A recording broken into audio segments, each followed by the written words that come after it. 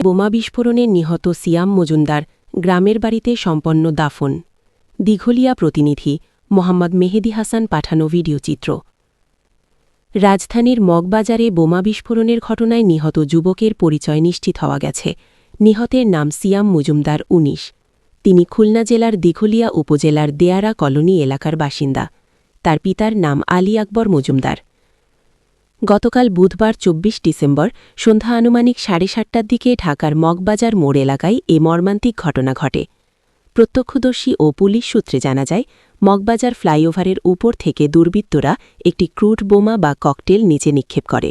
বোমাটি ফ্লাইওভারের নিচে বিস্ফোরিত হলে ঘটনাস্থলেই গুরুতর আহত হন সিয়াম মজুমদার।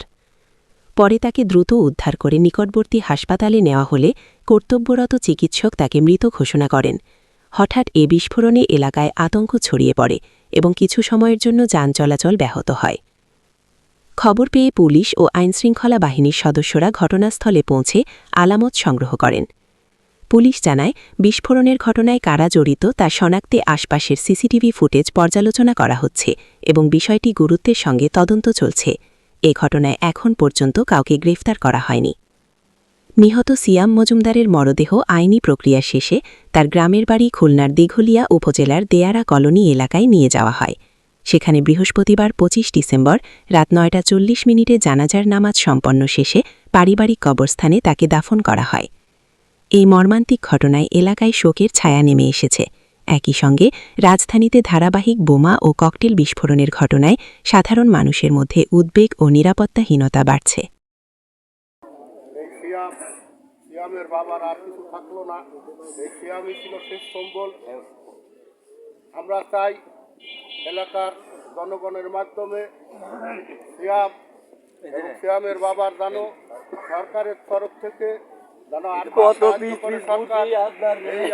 সরকারের কাছে আমরা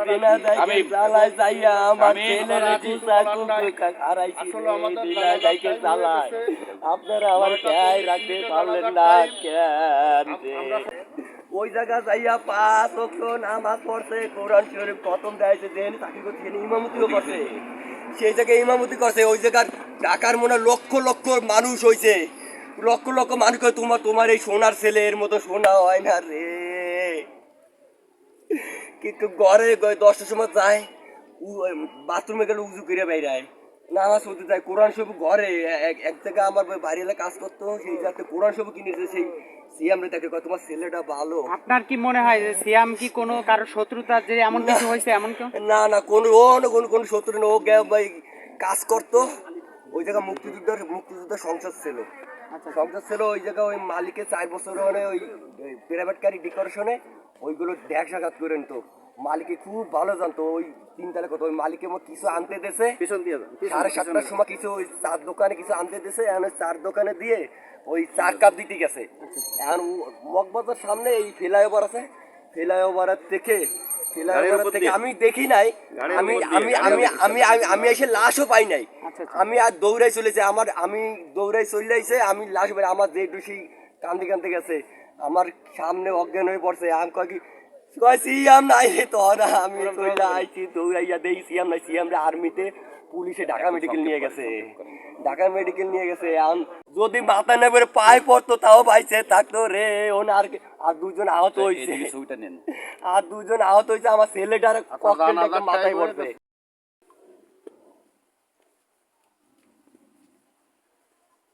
আস্তে আস্তে যা।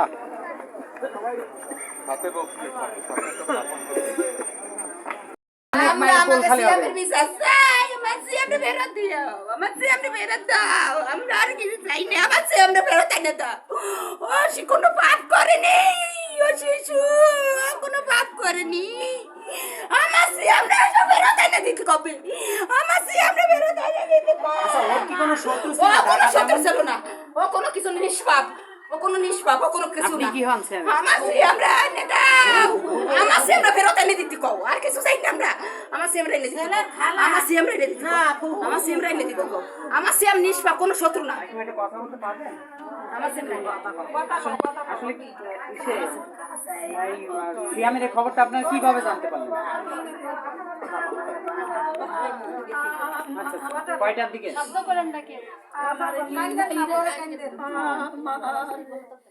এই যে কোথায় পামুর রে আপনি তোমরা না কইয়া দেব রে কোন দেশে নিমাই ঠিকানা পামুর রে আমার নিবি নাই